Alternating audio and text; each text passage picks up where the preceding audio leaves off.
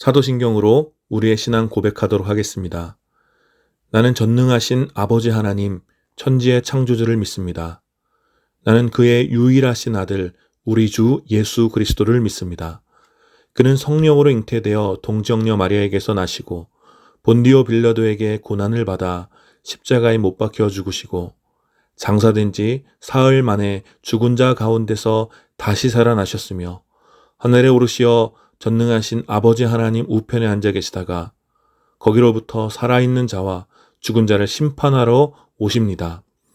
나는 성령을 믿으며 거룩한 공교회와 성도의 교제와 죄를 용서받는 것과 몸의 부활과 영생을 믿습니다. 아멘.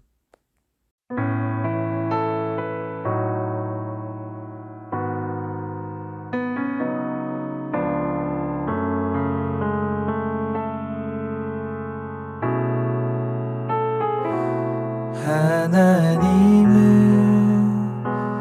너를 만드신 분, 너를 가장 많이 알고 계시며, 하나님은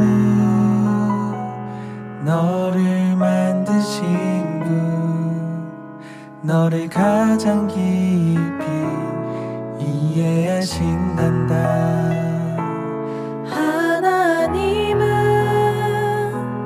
너를 지키시는 분, 너를 절대 포기하지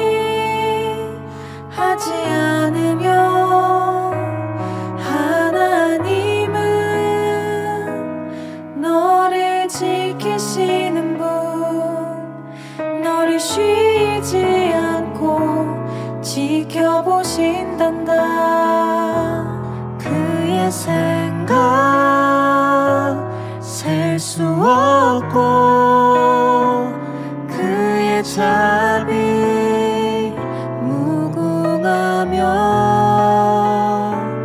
그의 성실 날마다 새롭고 그의 사랑 끝이 없단다.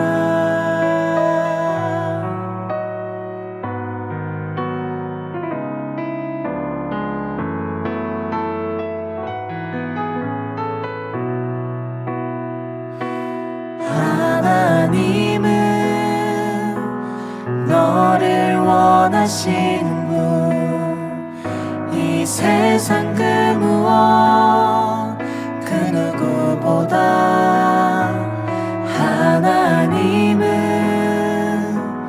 너를 원하시는 분, 너와 같이 있고 싶어 하신단다. 하나님은 너를 인도하는 분, 광야에서도 폭풍 중에도 하나님은 너를 인도하는 분, 푸른 초장으로 인도하신단다. 그의 생각 셀 수 없고 그의 자비 무궁하며, 그의 성실 날마다 새롭고 그의 사랑 끝이 없단다. 그의 생각 셀 수 없고 그의 자비 무궁하며, 그의 성실 날마다 새롭고 그의 사랑 끝이 없단다. 그의 생각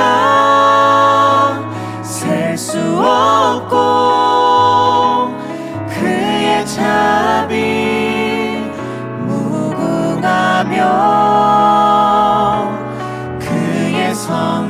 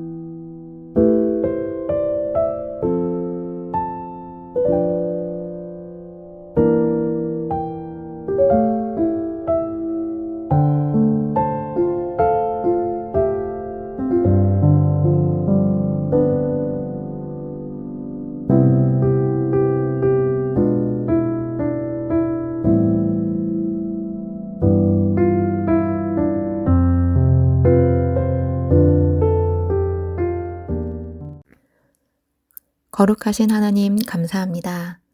저희를 주님의 자녀로 삼아주시고 오늘도 이렇게 예배의 자리로 인도해 주심에 감사드립니다. 한자리에 모이지 못하지만 우리를 한 공동체로 불러주시고 각자의 자리에서 한 마음으로 함께 예배를 드릴 수 있는 것 모두 주님의 은혜임을 고백합니다. 주님, 한 주간도 저희 안에 살아계셔서 함께 하심에 감사드립니다. 저희가 항상 주님 안에 거하길 원하면서도 때로는 주님의 말씀보다 나의 생각이 앞서서 주님의 말씀에 순종하지 못했던 연약한 순간들이 있습니다. 주님, 한 주간의 저희의 모습들을 돌아보며 회개하오니 긍휼히 여기셔서 용서하여 주시고 말씀 앞에 더욱 겸손한 마음과 순종의 결단을 허락하여 주시옵소서. 사도행전 말씀을 통해 초대교회를 이끄셨던 성령의 역사하심을 묵상하며 복음 앞에 더욱 담대한 믿음을 허락하시고 말씀을 향한 기대와 기쁨이 충만하게 되길 기도드립니다. 말씀을 전하시는 목사님께 성령의 능력과 지혜를 더하여 주시고 진리의 말씀만이 선포되게 하셔서 듣는 모든 지체들이 말씀에 반응하게 하시고 각자의 삶 속에서 예수님의 증인으로 살아가는 은혜가 있게 하여 주시옵소서. 이 시간 겸손한 마음으로 이 예배를 주님께만 올려드립니다. 주님 홀로 영광 받아 주시옵소서.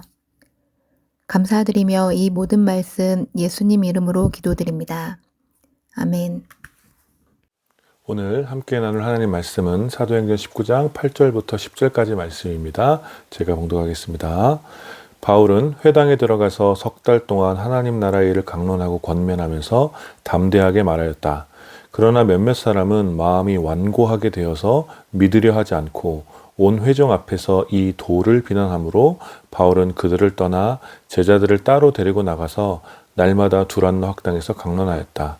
이런 일을 이태 동안 하였다. 아시아에서 사는 사람들은 유대 사람이나 그리스 사람이나 모두 주님의 말씀을 듣게 되었다. 아멘. 오늘 이 본문을 중심으로 사도행전 강의 55번째 시간 두란노 학당이라는 제목으로 여러분들과 함께 말씀 나누기 원합니다. 예전에 제가 섬겼던 한 교회를 섬길 때 이제 작년 성경 공부반을 맡아서 진행한 적이 있었습니다. 저는 이제 주로 청소년과 청년 사역들을 많이 해왔기 때문에 이제 틀에 박힌 어떤 성경 공부보다는 이렇게 자유로운 분위기 속에서 공부하는 것을 더 선호했습니다. 그리고 그 연장선상에서 이렇게 공부를 하다가 한 주는 이제 너무 교회에서만 있지 말고 야외에 한번 나가서 바람도 쐬고 카페에 가서 성경 공부를 하자고 제안을 했습니다. 많은 분들이 이제 저의 그러한 제안을 좋아했지만 한 장로님께서 강하게 그 제안을 반대하셨습니다. 그 장로님께서는 어렸을 때부터 매우 보수적인 교회에서 신앙생활을 해오셨기 때문에 그분의 이제 신앙생활의 태도 자체가 스스로에게도 그렇고 뭔가 어떤 기준에 있어서도 매우 엄격했고 특별히 이 경건의 문제에 있어서는 타협이 없었던 분이셨습니다. 예를 들어 이제 교회 안에 있는 물건은 성물이기 때문에 아무나 만질 수도 없고 아무리 낡고 고장이 나도 쉽게 바꾸거나 버려서는 안 된다고 늘 강조하셨기 때문에 이제 뭔가를 좀 피치 못하게 이제 버려야 할 때는 그 장로님 모르게 버릴 정도로 굉장히 엄격한 분이셨습니다. 이제 물론 그런 엄격함 때문에 좀 그 장로님하고 대할 때 답답하기도 했지만 많은 성도들은 이제 그 장로님의 마음의 중심을 잘 알고 있었기 때문에 많은 교우들이 그 장로님을 존경했습니다. 그런데 그 장로님께서 이제 제가 밖에 나가서 산책도 하고 커피 한잔 하면서 카페에서 성경 공부를 하자는 그 제안을 단호히 거절하신 것이었습니다. 그 이유는 그 장로님이 생각하실 때 성경 공부라는 것은 교회 안에서만 해야 한다고 생각하셨기 때문이었어요.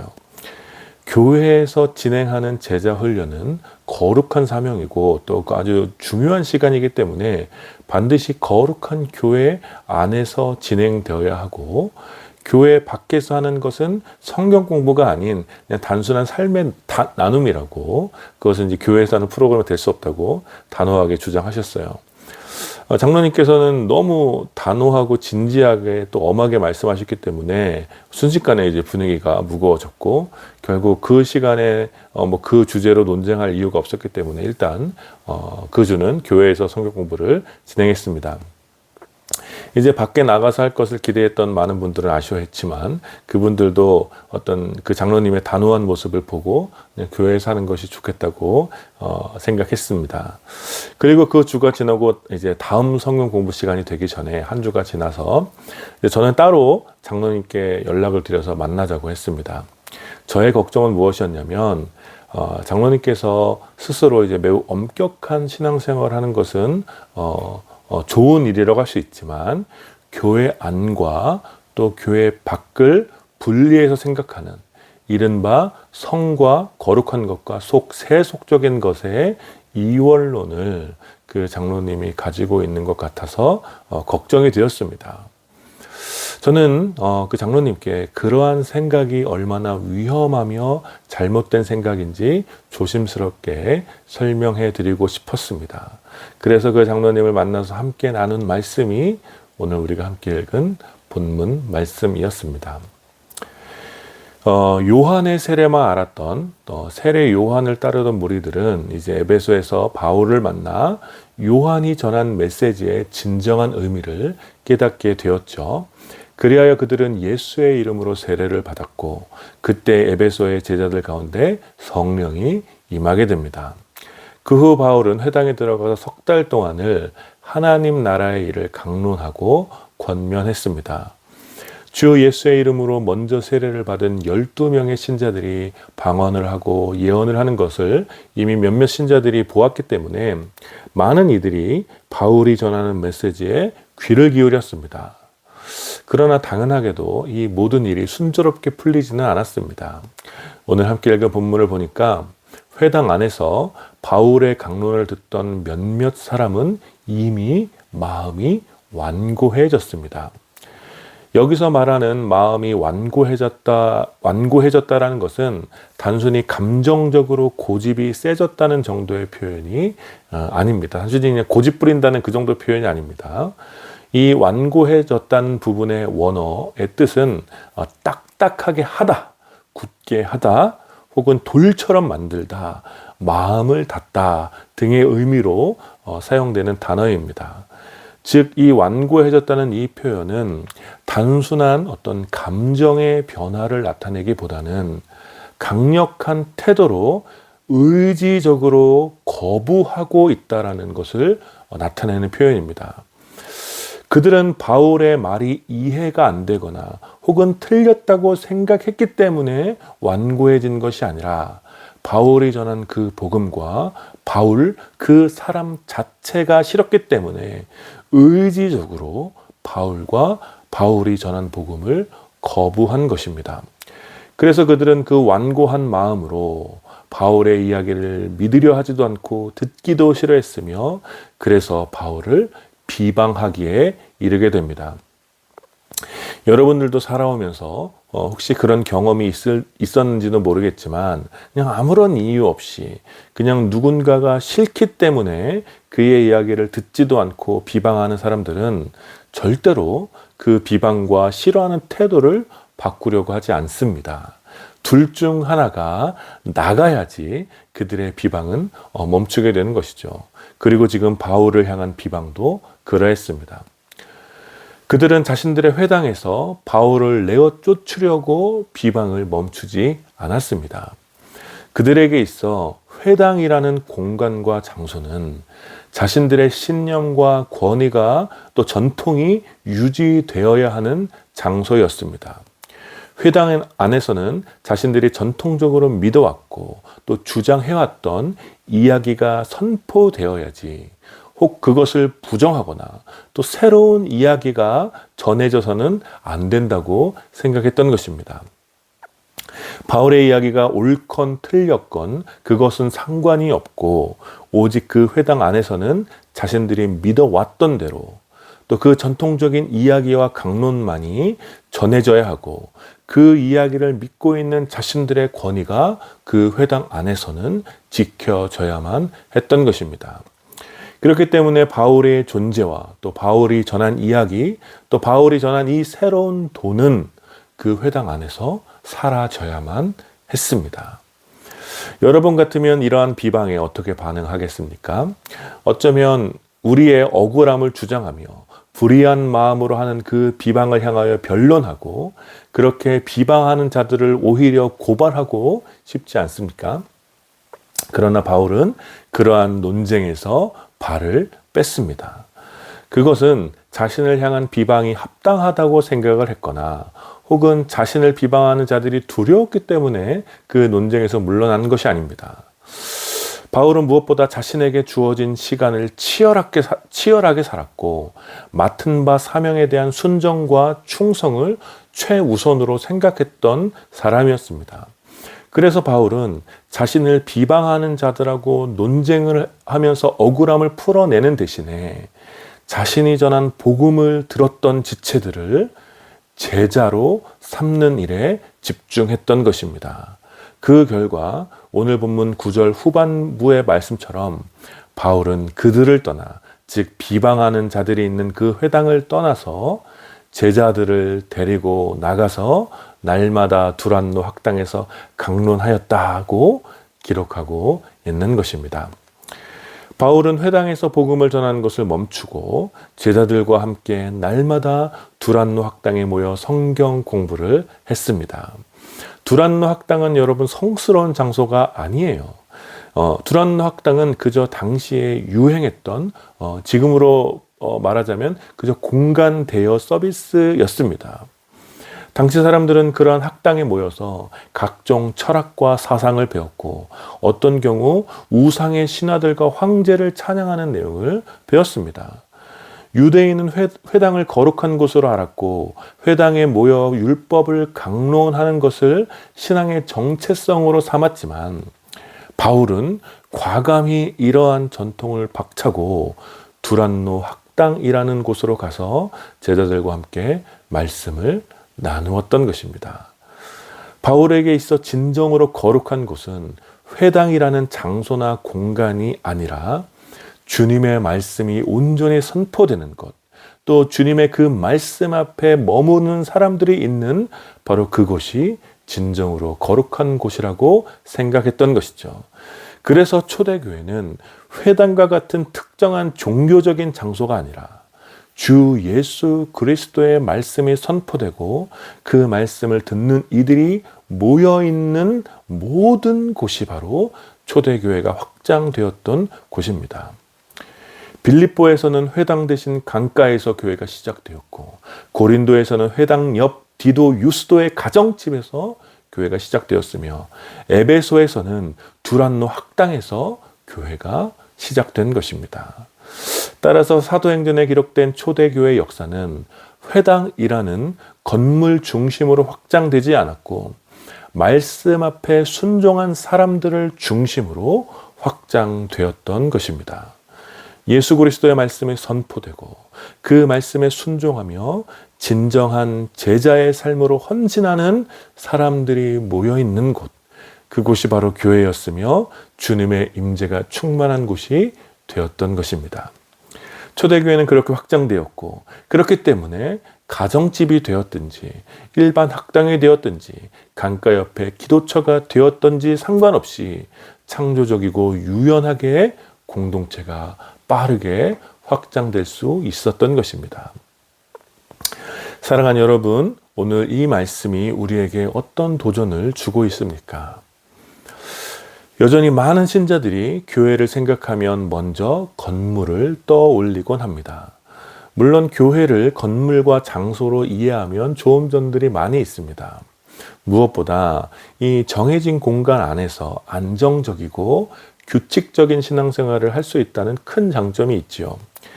때로는 교회라는 그 공간 자체가 주는 영성이 있고 그래서 그곳에서 깊은 위로와 평안을 가져다 주기도 하지요. 어떤 경우 아주 오래되고 경건한 교회의 의자에 앉아 있는 것만으로도 큰 힘을 얻기도 하고 위로를 얻기도 합니다. 그리고 그 공간 안에서 자주 만나는 신자들을 통해 어떤 신앙의 소속감을 느끼기도 하고 익숙함이 가져다주는 편안함을 느끼기도 합니다. 그러나 이러한 여러 유익이 있음에도 불구하고 교회를 건물로 이해하게 되면 갖게 되는 치명적인 약점들이 있습니다. 그 중에 대표적인 것이 잘못된 권위를 만드는 것, 그리고 주님의 임재를 건물 안에만 제한하는 오류를 범한다라는 거예요. 교회를 건물이나 장소로 이해하기 시작하면 교회라는 그 건물 자체가 성령의 임재가 가장 강력하게 임하는 장소라고 믿게 되기 때문에, 혹은 유일하게 임하는 장소라고 믿게 되기 때문에 교회만이 성령이 임하는 곳으로 오해할 가능성이 매우 높아집니다. 그래서 교회 건물을 더 성스럽게 꾸미게 되고 종교적인 영성을 막 주입시켜서 세속적인 장소와 교회 건물 자체를 분리시키고 싶어 합니다. 그리고 그렇게 되면 그 건물과 또 그 공간을 책임지는 사람들에게 권위가 집중되게 되겠죠. 그 건물과 공간 안에서 가장 높은 직위를 가지고 있는 사람에게 종교적인 권위가 집중되게 되고, 결국 그 공간 안에 모여든 다른 사람들은 가장 높은 권위를 가진 사람을 통해 신앙생활을 배우게 되고 하게 되는 것입니다. 제가 이러한 오류가 대표적인 오류라고 말씀드렸지만, 사실은 거의 대부분 교회를 건물로 이해했을 때 이러한 패턴으로 진정한 신앙의 권위와 질서가 왜곡되었습니다. 초대교회 시대가 끝이 나고 기독교가 제국의 종교로 인정받게 되자 가장 먼저 했던 것이 교회라는 건물을 세우는 것이었습니다. 초대교회 때는 집에서, 동굴에서, 학당에서, 강가에서 자유롭게 사람들이 모여 말씀을 나누고 떡을 떼었던 것과는 다르게 이제 기독교는 더 이상 숨어서 모일 필요가 없게 된 것이죠. 그래서 제국의 종교가 된 이후 교회는 건물이 되었고, 건물이 곧 교회가 되었으며, 그래서 건물을 더 크고 화려해지도록 지으면서 마치 그것이 교회의 승리와 영광의 상징인 것처럼 사람들이 믿기 시작한 것입니다. 그리고 그렇게 그 교회 건물 안에서 웅장한 오르간 소리와 눈부신 스테인드 글라스 창문과 예술적인 조각들과 그림들이 가득한 교회는 하나님 임재의 상징처럼 여겨졌고, 교회에 비해 초라해 보이는 일상의 자리는 거룩하지 못한 죄의 도시처럼 여겨졌던 거예요. 그래서 거룩한 것과 세속적인 것, 성과 속의 분리가 더욱더 빠르게 확산된 것이죠. 그리고 그 화려한 교회 건물 안에서 더 화려한 예복을 입고 근엄하게 모든 예식을 집전하는 사제들은 마치 하나님의 유일한 대리자라도 된 것처럼 그 화려한 건물 안에서 그 건물에 모인 사람들로 하여금 모든 권위를 위임받게 되었습니다. 그리고 그 결과가 무엇입니까? 교회는 타락했고 사제들은 넘어진 것입니다. 이것은 역사이며 오늘도 반복되는 역사라고 할 수 있습니다. 지금도 여전히 교회를 건물이라고 믿고 주장하는 사람들은 사람보다 교회의 건물을 더 중요한 가치로 확신합니다. 사람의 돈과 시간과 재능과 열정을 통해 교회 건물을 섬기라고 공공연히 말하기도 하고, 교회 건물을 잘 섬기는 것이 복받는 것이라고 신자들을 속이기도 합니다. 혹은 교회 건물 안에서 모든 예전을 대표하는 성직자들에게 과도한 권위를 부여하면서 평신도와 성직자를 분리하여 순종의 사슬을 엮으려 합니다. 이러한 경향은 더욱 확대되어서 같은 이유로 작은 교회 건물보다 큰 교회 건물이 더 거룩하고 더 강력한 성전인 것처럼 작은 건물의 교회 목사보다 큰 건물의 교회 목사를 더 높은 목사처럼 자연스럽게 생각이 확장되는 것입니다. 그러니 교회 건물이 주는 유익이 비록 많이 있지만 교회가 건물이라고 믿는 것은 매우 위험한 오류를 파생시키는 것입니다. 그래서 오늘 우리가 함께 나눈 이 말씀은 우리에게 중요한 교훈을 가져다 주는 것입니다. 우리는 건물이 있어야 교회다 아니다. 또 목회자가 있어야 교회다 아니다. 이러한 내부의 논쟁에 에너지를 낭비할 필요가 없습니다. 교회의 교회됨은 건물이나 사역자의 유무가 아니라 주님의 말씀이 온전히 선포되고 그 말씀에 순종하는 사람들이 기꺼이 모이는 그곳, 바로 그것이 교회입니다. 따라서 교회를 진정으로 교회답게 하는 것은 바로 주님의 말씀이며 그 말씀에 순종하는 사람들, 곧 주님의 제자들입니다. 때로는 가정집에서 모이고 때로는 학원에서 모이기도 하고 때로는 강가에서 모이고 때로는 카페에서 모여도 주님의 말씀이 선포되고 말씀 앞에 기꺼이 순종하는 제자들이 있다면 바로 그것이 교회인 것입니다.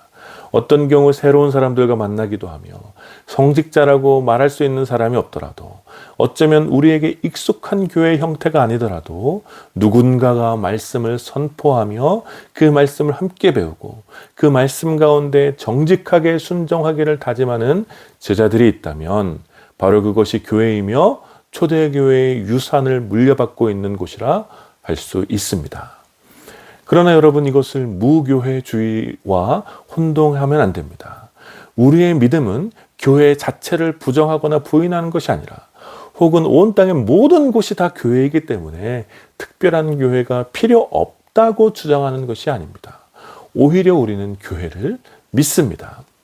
단지 우리가 믿는 교회는 건물과 그 건물을 대표하는 성직자들에 의해서 결정되지 않는다라는 것입니다. 우리는 삼위일체 하나님의 거룩한 말씀과 그 말씀 앞에 기꺼이 순종하며 살아가기를 힘쓰는 평범한 그리스도인의 공동체, 진실한 예수의 제자들이 있는 곳이라면 바로 그곳이 교회라고 믿는 것입니다. 두란노 학당은 회당은 아니었지만 바로 그것이 초대교회였고 바로 그것을 통해 에베소 교회의 기초가 만들어졌습니다.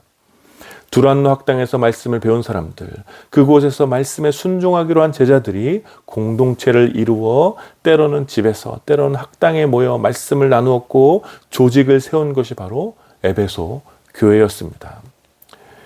그러니 우리는 교회가 건물이라는 오해를 극복하고 말씀과 말씀에 순종하는 제자들이 있는 곳이 교회라고 믿는 것입니다. 그러니 우리는 교회가 건물과 성직자 중심으로 세워지는 것이 아니라 말씀과 말씀에 순종하는 제자들에 의해서 세워져 감을 믿는 사람들입니다. 그래서 우리는 건물을 넘어 온 땅에 주님의 교회가 충만하게 채워질 것을 소망합니다. 그것은 온 세계의 교회의 건물과 십자가의 불빛으로 덮이는 것이 아니라 예수 그리스도의 말씀을 듣고 따르는 수많은 주님의 제자들이 온 땅에 충만하게 될 것을 소망하는 것입니다. 교회 건물이 아니라 예수의 진정한 제자들이 온 땅에 충만해지도록 소망하는 것, 그것이 바로 우리가 온 땅에 충만한 교회를 소망하는 것이라는 것입니다. 처음에 말씀드렸던 그 장로님과 이 말씀을 나눈 후에 장로님의 마음이 많이 변하였습니다. 교회 밖에서 하는 공부는 성경 공부가 아니라 삶의 나눔이고 성경 공부는 오직 교회에서만 할 수 있다고 하신 그 장로님은 커피를 마시면서도 성경을 공부할 수도 있다는 사실에 감격하셨습니다. 그리고 그 뒤로 오히려 장로님께서 더 자주 카페에서 성경 공부를 하자고 제안하시고 커피값도 많이 내주셨습니다. 따라 사랑하는 여러분, 오늘 이 말씀을 여러분들이 기억하셔서 우리 모두 주님의 말씀을 듣고 순종하는 주님의 제자로 함께 교회로 세워져 가기를 축복합니다. 우리에게 두란노 학당은 우리의 직장이 될 수도 있고 우리의 가정이 될 수도 있고 또 우리가 언젠가 모였던 카페가 될 수도 있습니다. 어느 때나 여러분이 누군가와 만나 말씀을 나누고 그 말씀에 순종하기로 다짐하는 제자들이 세워져 갈 때, 그들이 함께 모여 주님의 이름을 부르며 찬양할 때, 주님의 말씀 가운데 순종하기로 다짐할 때 바로 그곳이 교회가 되는 것입니다. 여러분, 이 말씀을 믿음으로 여러분의 평생의 삶을 통해 건물을 넘어 여러분의 삶의 모든 자리에서 거룩한 교회로 세워져 가게 되기를, 그렇게 함께 하나님의 교회를 세워져 가는 우리들이 되어지기를 마음을 다해 축원합니다. 아멘. 우리 함께 말씀을 기억하시면서 함께 기도합시다. 오늘 말씀처럼 우리가 건물을 넘어 우리의 삶의 모든 자리에서 교회로 세워져 가게 되기를, 또 날마다 말씀을 듣고 또 말씀을 나누며 말씀에 순종하는 거룩한 제자들로 세워져 갈 수 있도록 기도하시고, 무엇보다 우리가 함께 섬기는 이 홀씨 교회가, 우리의 공동체가 이러한 교회됨을 건물을 넘어 말씀 안에 순종하는 제자들로 세워져 가는 그런 거룩한 교회됨을 회복하는 이 사역을 온전히 감당해내는 그런 교회가 될 수 있도록 우리 공동체를 위해서도 우리 함께 기도합시다. 같이 기도하겠습니다. 거룩하신 하나님 감사합니다.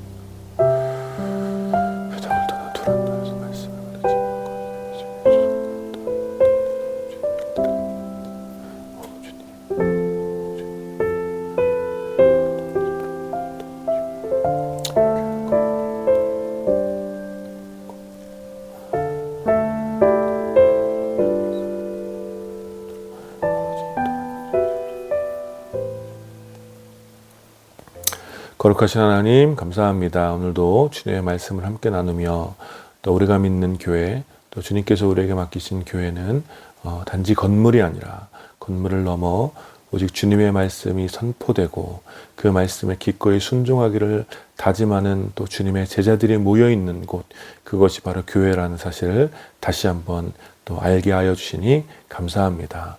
주님, 우리가 이 말씀을 기억하여 우리가 날마다 주님의 말씀을 묵상하며 또 그 말씀 가운데 순종하게 하여 주시고, 또 그 말씀 안에서 또 여러 지체들과 우리가 있는 그 자리에서 그 말씀을 나누고 말씀을 전하며 그 말씀에 순종하는 제자들을 함께 세워가는 그런 거룩한 교회로 우리의 일상의 터전에서 그렇게 세워져 갈 수 있도록 주님 우리를 사용하여 주시옵소서.